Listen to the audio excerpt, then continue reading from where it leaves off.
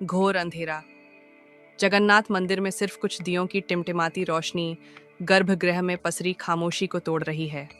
मुख्य पुजारी परंपरा के अनुसार भगवान जगन्नाथ की मूर्ति को जगाने और स्नान कराने के लिए प्रवेश करते हैं। दिए की रोशनी में भगवान का मुस्कुराता चेहरा चमकता है। राजेंद्र जी की आंखें रोज की तरह श्रद्धा से झुक जाती हैं, लेकिन आज कुछ अलग है। उनकी नज़र भगवान के होठों के कोने पर अटक जाती है। वहाँ कुछ पीला सा लगा है, दाल और चावल का एक दाना। यह क्या है? वे करीब जाकर देखते हैं। यह खिचड़ी का दाना है। भगवान के गालों पर भी हल्के पीले दाग हैं, जैसे किसी बच्चे ने जल्दबाजी में खाकर हाथ पोंछ लिए हों। चमत्कार! जब भक्ति सारे नियम तोड़ देती है, तो भगवान भी अपने नियम तोड़ देते हैं। यह कहानी किसी भक्त की नहीं, बल्कि उस माँ की है जिसके लिए भगवान ने अपना सिंहासन छोड़ दिया।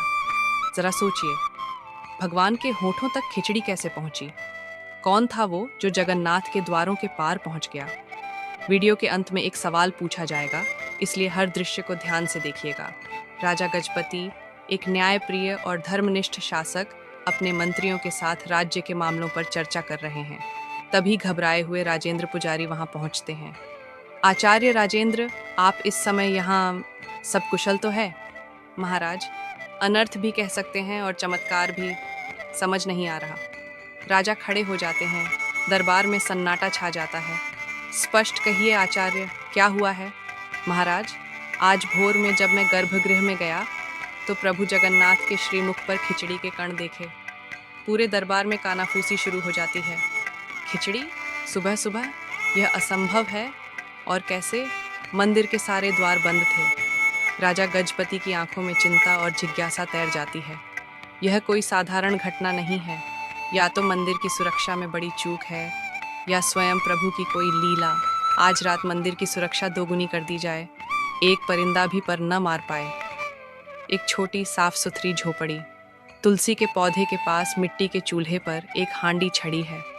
कर्माबाई, जिनके चेहरे पर उम्र की झुर्रियों से ज्यादा ममता और भोलापन है, बाजरे की खिचड़ी बना रही है। उनकी हर हरकत में प्रेम है। तभी एक साधु ज्ञानानंद वहां से गुजरते हुए रुकते हैं। देवी, तुम ये क्या कर रही हो? कर्माबाई मुस्कुराकर कहती हैं। प्रणाम महात्मा, अपने लाला के लिए भोग बना रही हूँ। उसे मेरी खिचड़ी बहुत पसंद है। तुमने अभी तक स्नान भी नहीं किया, बिना स्नान किए भगवान को भोग? कर्माबाई बोली, मेरा लाला सुबह सुबह भूखा होता है। अगर मैं पहले स्नान ध्यान करूंगी तो उसे देर हो जाएगी।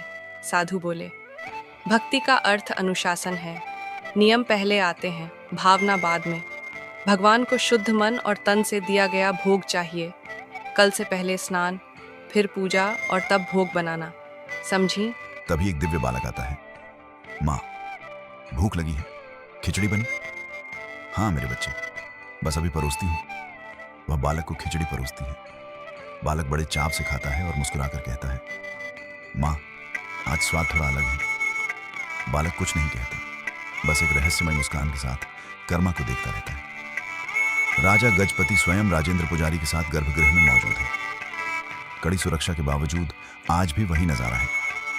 भगवान की मूर्ति पर खिचड़ी के ताजे दाग हैं। ये कैसे हो सकता है? मेरी पूरी सेना, मेरे सबसे भरोसेमंद लोग पहरे पर थे। महाराज, ये किसी इंसान का काम नहीं है, ये स्वयं प्रभु की इच्छा है। हे प्रभु जगन्नाथ, ये क्या लीला है? हमें मार्ग दिखाइए। कौन है वो भाग्यशाली भक्त जिसका भोग आप सारे नियम तोड़कर स्वीकार कर रहे हैं?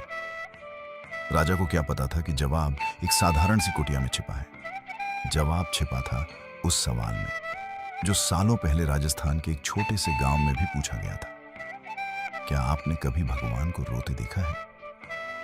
अगर आपकी आंखें भी नम हो गई हैं, तो सिर्फ जय जगन्नाथ मत लिखिए, बल्कि अपनी भावनाएं, अपनी प्रार्थना प्रभु के चरणों में अर्पित कीजिए। और हाँ, सबसे जरूरी बात, ठाकुर जी को भोग लगाए बिना तू भी अन्न का दाना मुंह में मत डालना। जी बापू, मैं रोज अपने हाथों से भोग बनाऊंगी। माता पिता चले जाते हैं। कर्मा अगले दिन सुबह उठकर बाजरे की खिचड़ी बनाती है। एक कांसे की थाली में खिचड़ी, ऊपर से ढेर सारा घी और गुड़ डालकर वह उसे भगवान कृष्ण की छोटी सी मूर्ति के सामने रखती। प्रभु, भोग तैयार है। मैं जरा गाय को चारा डालकर आती हूँ, आप खा लेना। भूख लगी होगी आपको। वह काम करके लौटती है, थाली वैसी की वैसी रखी है। अरे, आपने खाया नहीं? क्यों? क्या खिचड़ी अच्छी नहीं बनी या गुड़ कम रह गया? वह थाली में और गुड़ मिलाती है, फिर इंतजार करती है। कुछ नहीं होता। शाम हो जाती है। कर्मा को अब भूख भी लग रही है। उसकी आंखों में आंसू आ जाते हैं। प्रभु, आप ऐसे क्यों कर रहे हैं? आप नहीं खाएंगे तो मैं भी नहीं खाऊंगा।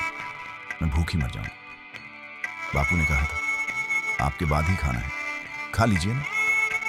उसका भोलापन, उसका हठ और उसके आंसू पत्थर की मूर्ति को भी पिघला देते हैं। एक दिव्य प्रकाश फैलता है। मूर्ति से स्वयं भगवान श्री कृष्ण एक बालक के रूप में प्रकट होते हैं। कर्मा उन्हें देखकर डरती नहीं, बस मुस्कुराती है, जैसे उसे पता था कि वो आएंगे। कर्मा अपनी ओढ़नी से पर्दा करके उन्हें अपने हाथ से खिचड़ी खिलाती है। भगवान पूरी थाली साफ कर देते हैं। राजा गजपति गहरी नींद में हैं। उन्हें एक स्वप्न आता है। स्वप्न में भगवान जगन्नाथ स्वयं उनके सामने खड़े हैं, पर उनका चेहरा उतरा हुआ है। प्रभु, आपने दर्शन दिए, मैं धन्य हो गया, पर आप चिंतित क्यों हैं? मुझसे कोई भूल हुई? राजा, तुम्हारी व्यवस्था बहुत अच्छी है, पर एक समस्या हो गई है। पुरी में मेरी एक मां रहती है, कर्मा। वो रोज सुबह मुझे बड़े प्यार से खिचड़ी खिलाती है। मुझे उसके हाथ की खिचड़ी खाए बिना चैन नहीं मिलता, पर किसी ज्ञानी ने उसे पूजा पाठ के चक्कर में उलझा दिया है। अब वो स्नान ध्यान करके भोग बनाती है। भूख के मारे मेरा बुरा हाल हो जाता है। जब तक भोग मिलता है, तुम्हारे मंदिर का समय हो जाता है, तो मुझे जल्दी जल्दी खाकर हाथ मुंह पोंछकर यहां आना पड़ता है। राजा के सैनिक और मंत्री पूरे शहर में कर्मा नाम की महिला को ढूंढ रहे हैं। वे कर्मा बाई की कुटिया तक पहुंचते हैं। राजा और राजेंद्र पुजारी भी वहां आते हैं। वे देखते हैं कि कर्मा बाई स्नान करके गीले बालों में जल्दी जल्दी भोग बना रही है। वही नटखट बालक बाहर बैठा इंतजार कर रहा है।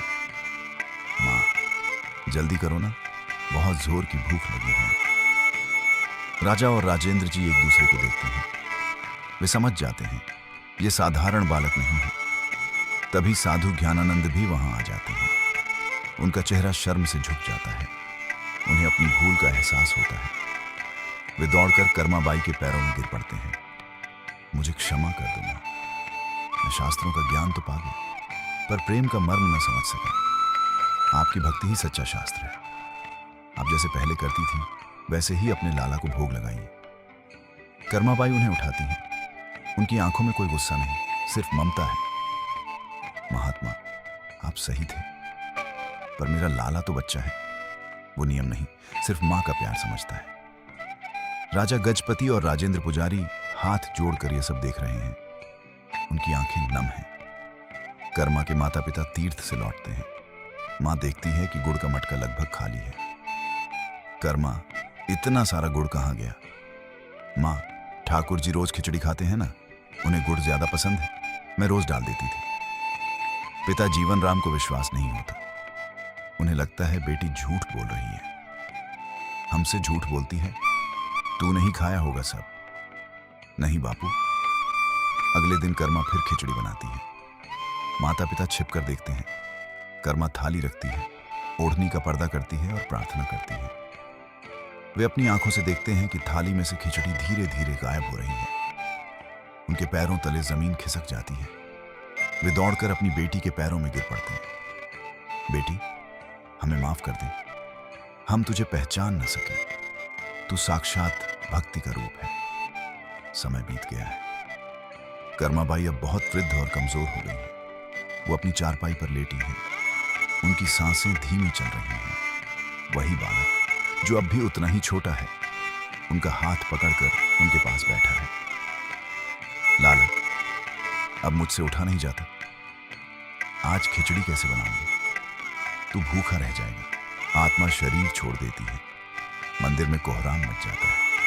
भगवान जगन्नाथ की मूर्ति की आंखों से अविरल आंसुओं की धारा बह रही है। पत्थर की मूर्ति रो रही है। राजा गजपति और राजेंद्र पुजारी भागे भागे आते हैं। वे यह दृश्य देखकर कांप उठते हैं। राजा गजपति समझ जाते हैं। वे हाथ जोड़कर प्रार्थना करते हैं। रात को राजा को फिर स्वप्न आता है। भगवान जगन्नाथ एक छोटे बच्चे की तरह सुबक सुबक कर रो रहे हैं। राजा, मेरी मां चली गई। मेरी कर्मा मां मुझे छोड़कर चली गई। अब मुझे सुबह सुबह प्यार से खिचड़ी कौन खिलाएगा? अब मैं किसका इंतजार करूंगा? राजा की नींद खुलती है। उनकी आंखों से भी आंसू बह